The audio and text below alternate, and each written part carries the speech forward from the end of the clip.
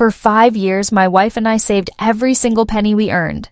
We skipped vacations, drove beat-up cars, and worked grueling overtime just so we could finally move out of our cramped apartment and buy a beautiful 4-bedroom house in a quiet suburban neighborhood for our young son. The day we got the keys, my wife actually cried with relief. We thought we had finally made it. We thought we had secured our family's future. But we didn't realize that our new dream neighborhood was actually a hunting ground. We had just moved into a subdivision controlled by Margaret, a woman who used the homeowners association not to maintain property values, but as a weapon to systematically terrorize and steal from vulnerable families. And she set her sights on us before we even finished unpacking our boxes. It started with a plastic tricycle. My 4-year-old son had left his small, brightly colored tricycle on our front porch for exactly 3 hours while we were inside eating dinner. When I walked out to bring it in at 8 p.m., there was a harsh, neon orange citation taped directly to my front door. It was a formal HOA violation for unauthorized storage of debris in plain view, accompanied by a demand for a $200 immediate fine.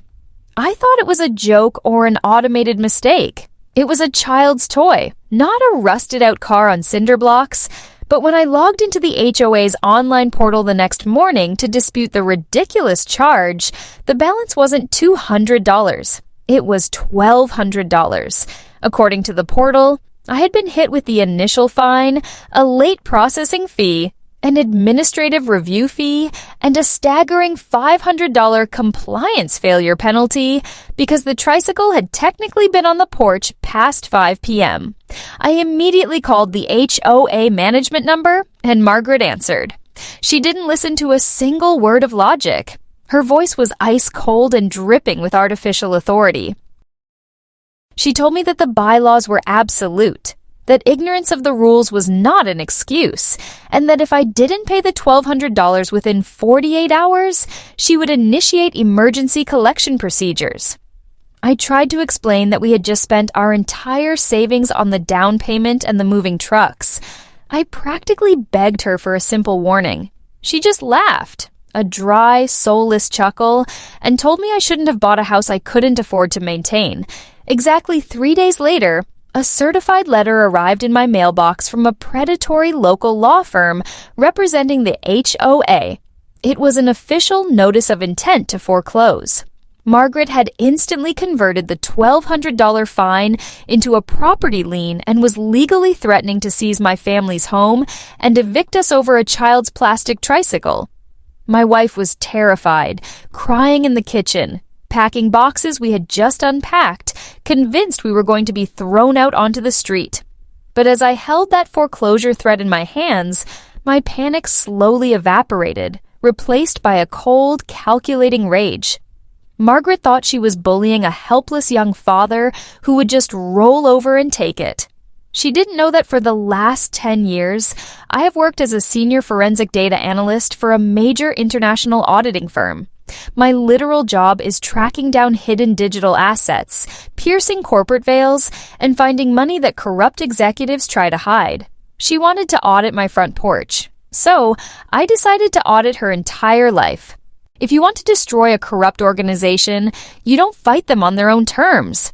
You don't argue about HOA bylaws or hire a cheap lawyer to dispute a late fee.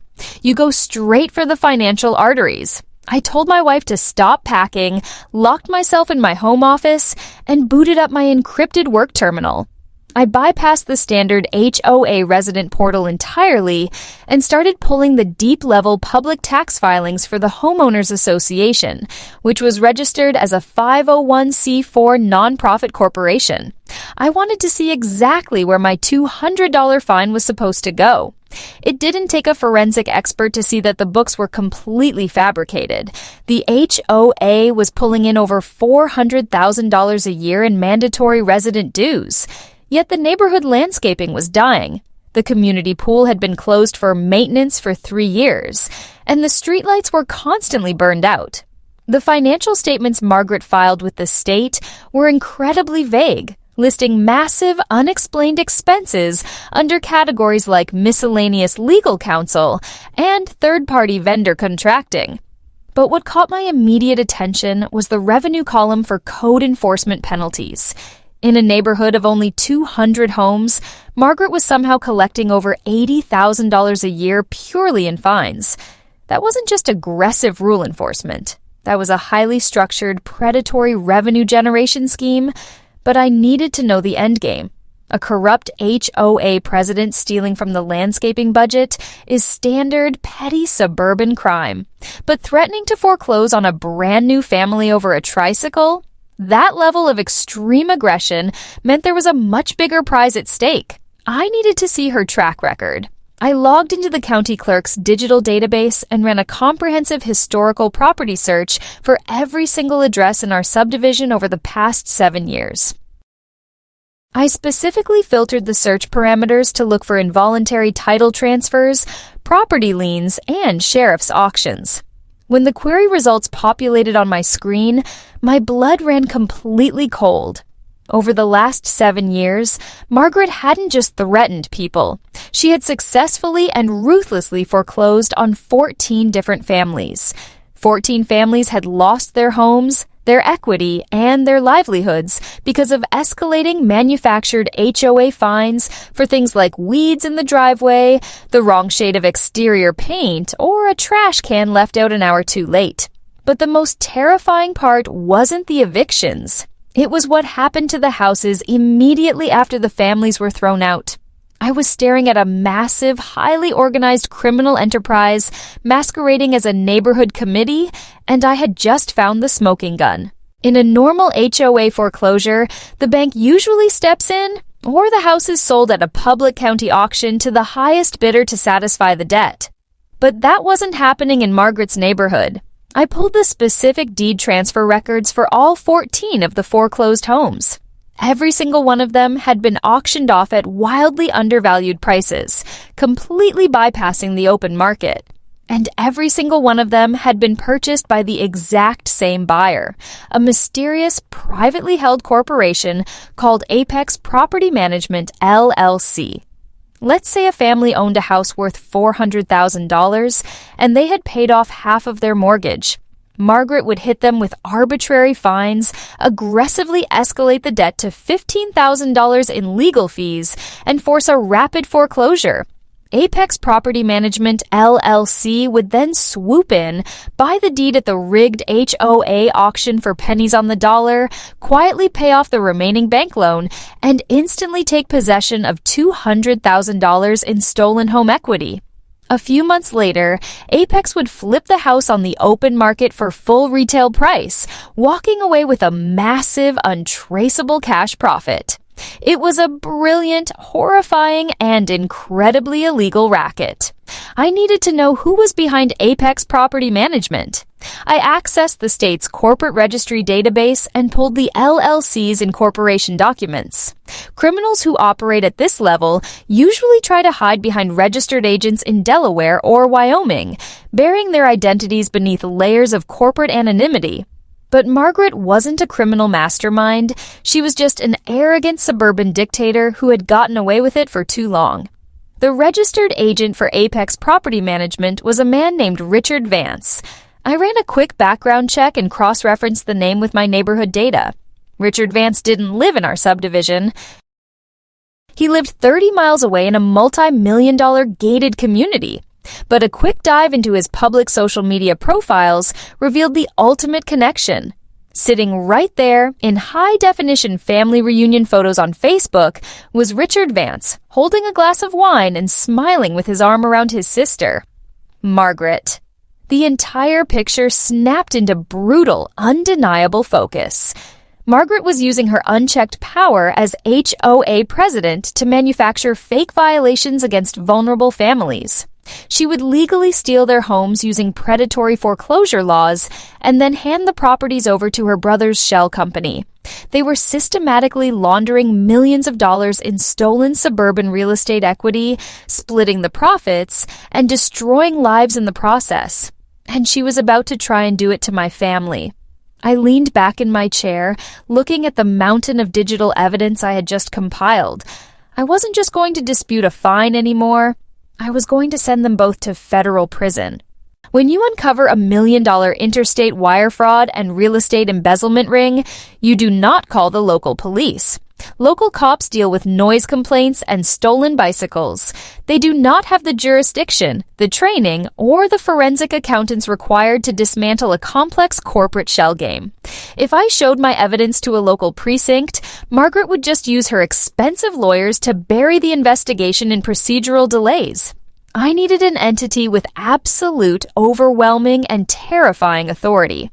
I needed the white-collar crime division of the FBI, and I needed the United States Attorney's Office.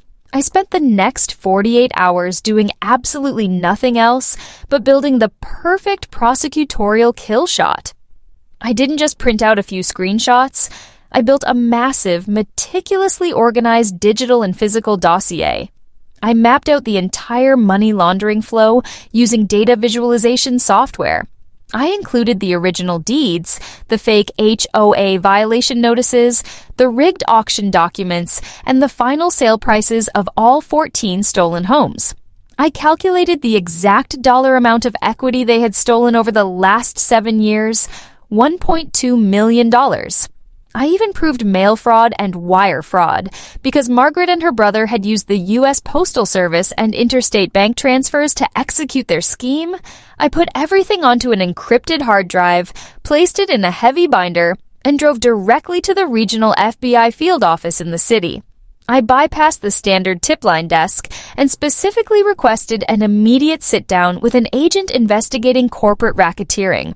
When you walk into a federal building and casually drop a binder detailing a highly organized, easily provable $1.2 million real estate fraud, they don't make you wait in the lobby. I sat in a sterile, windowless conference room with 2 veteran federal agents for 3 hours. I walked them through every single transaction, every fake fine, and every stolen house.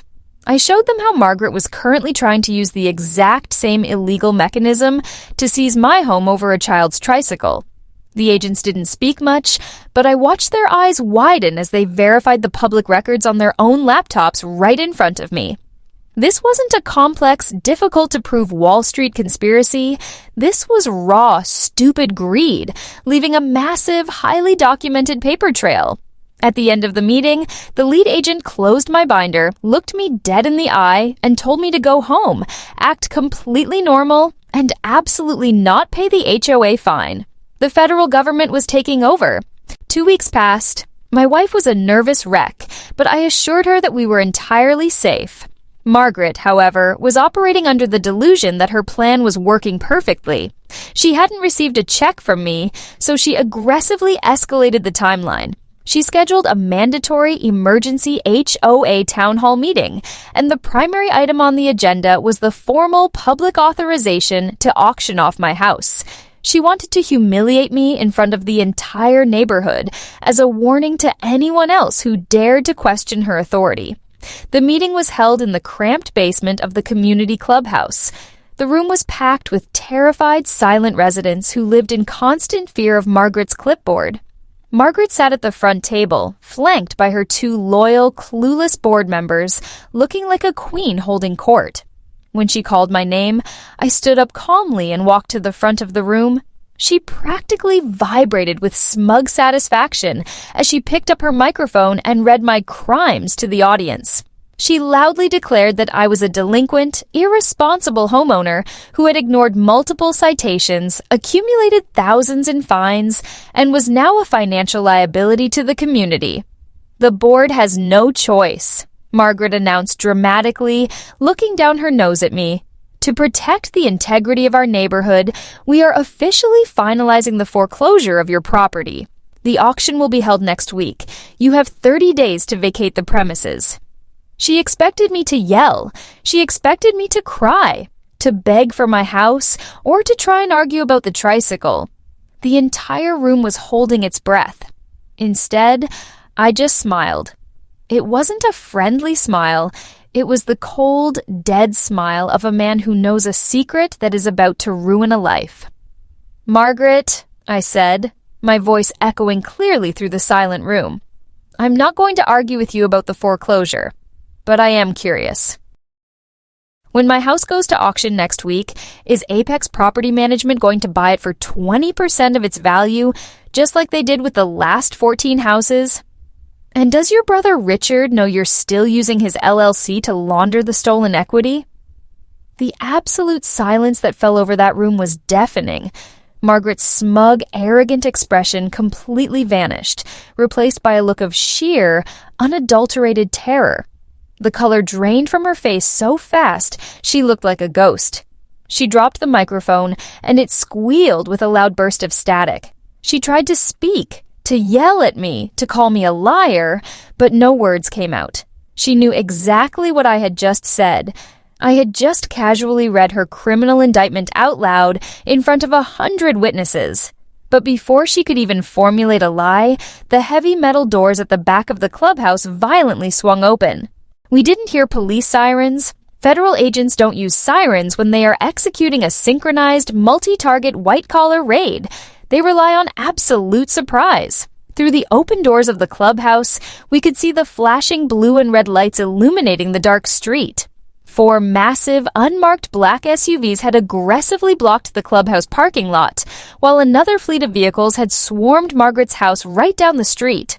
A dozen FBI agents wearing heavy tactical vests with FBI CID emblazoned in bright yellow letters poured into the clubhouse.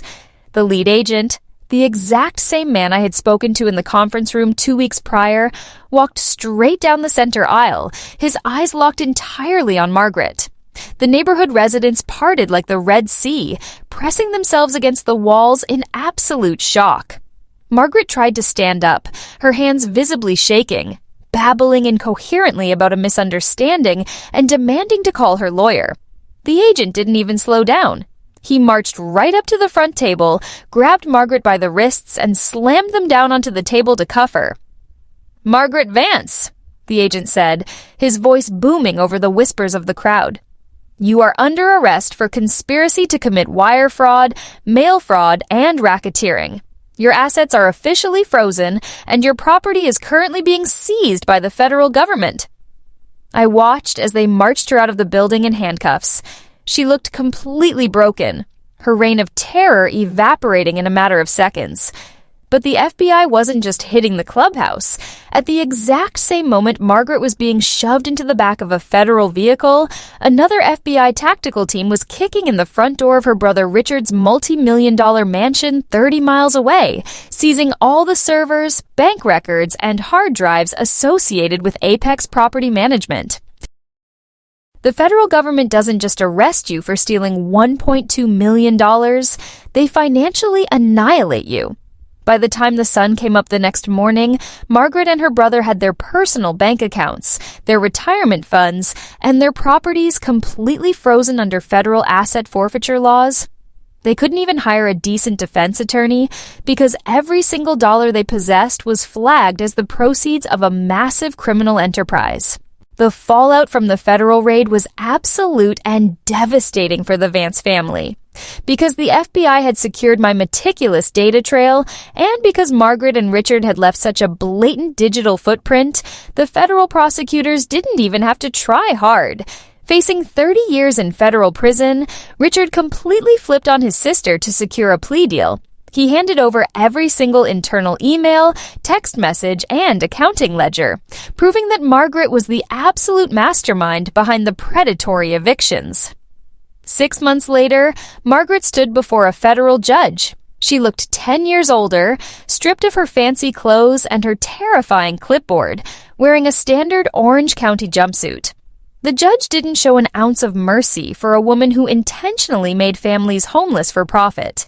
She was sentenced to 12 years in federal prison without the possibility of early parole. Her brother received 5 years for his role in the money laundering, but the best part of the story wasn't seeing Margaret locked in a cage, it was the absolute restitution. Because the FBI had seized the $1.2 million from the shell company's accounts, the federal court initiated a massive victim compensation fund. The 14 families who had been illegally evicted were contacted by the Department of Justice. The rigged foreclosures were legally nullified, their stolen equity was returned to them with interest, and their credit scores were wiped completely clean of the fraudulent HOA debt. As for our neighborhood, it was completely reborn. With the corrupt regime dismantled, the residents held a massive block party to celebrate our newfound freedom. We completely rewrote the bylaws from scratch, legally stripping the HOA of its power to initiate foreclosures over minor infractions. We capped the fines at $25, fired the predatory management company, and finally got the community pool fixed. I never wanted to be a hero, and I certainly never wanted to spend my evenings tracking down federal wire fraud. I just wanted a safe place for my son to ride his tricycle. Margaret thought her position as HOA President made her an untouchable god of the suburbs. She thought she could steal my home and throw my family out onto the street over a piece of plastic left on a porch. But there is a fundamental rule in the world of data analytics. Numbers never lie, and money always leaves a trail. She picked a fight with a man whose entire career is built on finding the things corrupt people try to hide. She wanted my house, so I took her money, her brother, her freedom, and the next 12 years of her life. And my son's tricycle? It sits exactly wherever he wants to leave it.